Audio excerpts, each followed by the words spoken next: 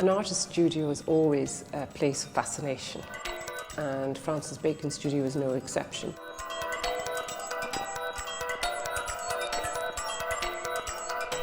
It's a real pleasure and honour for us to be able to celebrate Francis Bacon's centenary. That's the reasoning behind this exhibition, Francis Bacon, A Terrible Beauty. This is taking things in a very new and in a very important way that has really not been looked at before. He worked in such unusual ways in the formation of those images, and this really uncovers that in an unprecedented way.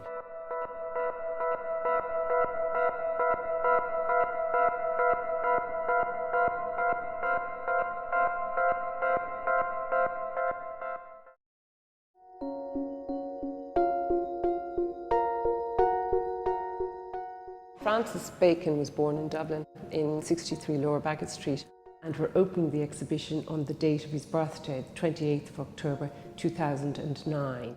He left when he was 16 and went off to Berlin with a friend of the family's, and then was in Paris, but London then became home.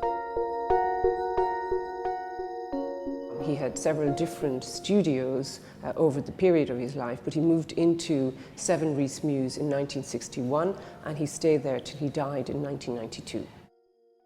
It was here where he realised some of the greatest paintings of the 20th century. When he died, his heir, John Edwards, along with the executor of the estate, Brian Clark, offered Rhys Mews' studio to Dublin City Gallery, the Hugh Lane, and to Dublin, considering this was where the artist was born. I saw it in Rhys Mews before it was dismantled, and literally you came up this incredibly steep staircase, and then into the right was this absolute mess of a studio. And it was like walking into the artist's head. Books and papers and photographs strewn about the floor. Paint all over the walls, these incredible paint marks, really vivid, where he'd basically repeatedly cleaned his brush. Slash canvases on the shelves, all these paint brushes. It was like a latter-day Egyptian tomb in a way.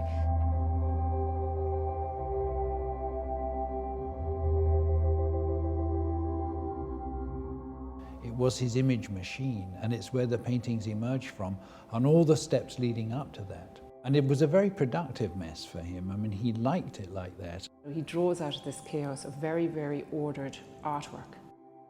The rest of his muse, which was very modest for a man of his means at the end, it's also very tidy and ordered. So the studio was a place apart. We catalogued, packed it up and shipped it out, I think in about no more than about 14 days. And that included cutting sections of the walls out, preserving the paint marks, and also taking the floor and the ceiling. Then we had construction people in to put the walls together and then the doors. The material then was put back in the studio, including the paint brushes and the tins. Most of the interesting material that was underneath the skin of the studio was all archived. As a museum project, it is unique in the world. We were very concerned when we planned the recreation of the studio that it would be extremely faithful to the original. We didn't want to cut it in half and allow people to walk through or keep one side glass. So we actually decided to preserve the original opening, so we used the original windows and the doorway. And by doing that, you get this almost slightly voyeuristic view into this incredibly intense area of creativity.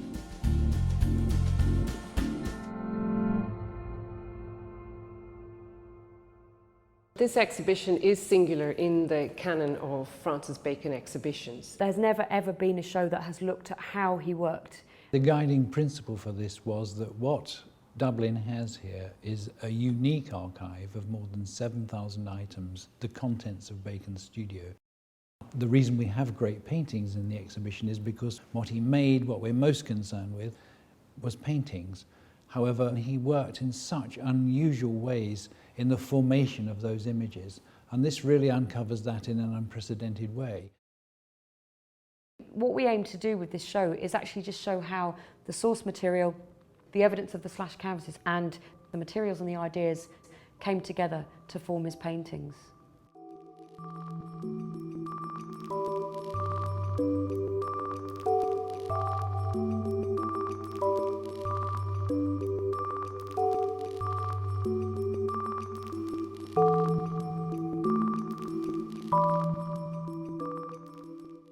Over 300 photographs, fragments and negatives by John Deacon were found among the items in Bacon's studio.